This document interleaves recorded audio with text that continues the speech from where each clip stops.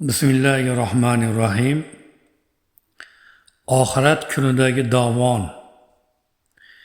Eshiting azizlar, rohatlaning. Salmon al-Farsi radhiyallohu anhu avval qul bo'lib sotildi, keyin esa Madoinga vali bo'ldi. Ammo bitta ko'ylagini ikkita qilmadi. Ana shu Salmon Farsi radhiyallohu anhu vafotidan bir necha kun oldin o'lim to'shagida yotib qoldi. Huzuriga Said ibn Waqqos radhiyallohu anhu u zotdan hol so'rash uchun keldi.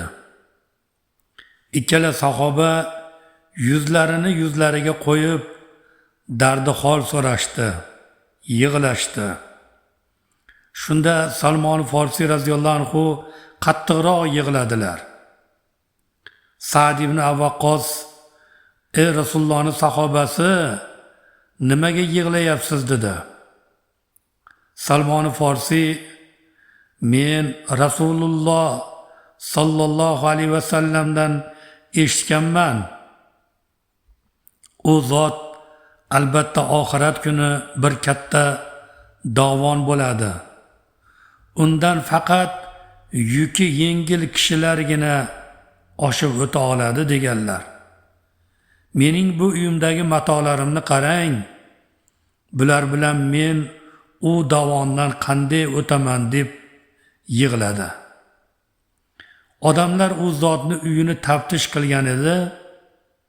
U yerdan bittagina qilich, bir kichkina obdasta, bitta tog'ora topishdi. Boshqa hech narsa yo'q edi.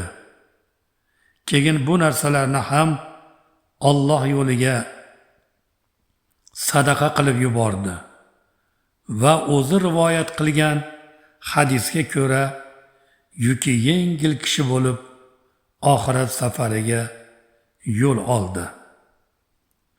Bizni yuklarimiz qay darajada ekan, azizlar?